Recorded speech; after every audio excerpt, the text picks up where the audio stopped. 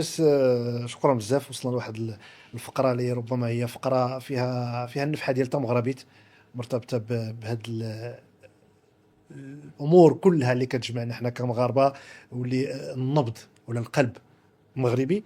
غنعطيك مثال مغربي، تحاول دير ليا فيه قراءة كيفاش كتشوفو نتايا، واش كينطبق على المسار ديال التجربة ديالك بطبيعة الحال. المثل كيقول: سير عرج وما تكاش على كتف ما كيبغيكش. سير عرج وما تكاش على كتف ما كيبغيكش. آه.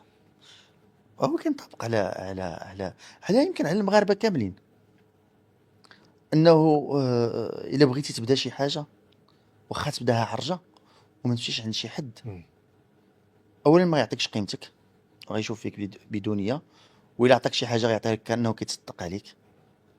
هذا هو التفسير ديالي أنا اللي سميتو، أنه نفضل أنني نبدا صغير ونبدا نكبر على أنني نمشي عند واحد ونتدلل له باش نبدا كبير. لا، نبدا صغير، ما عنديش مشكل نبدا صغير، ما نتدللش للبشر.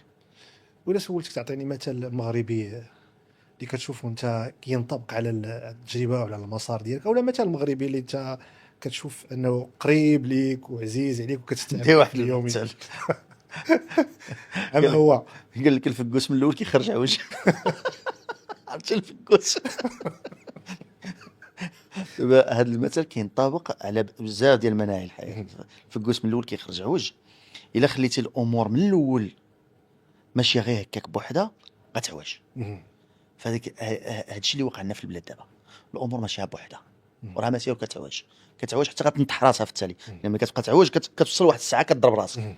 هكا راه حنا كنضربوا راسنا دابا، لان الامور ماشيه وكتعوج بواحد الشكل خاصو حل، خاصو حل وجذري وسريع.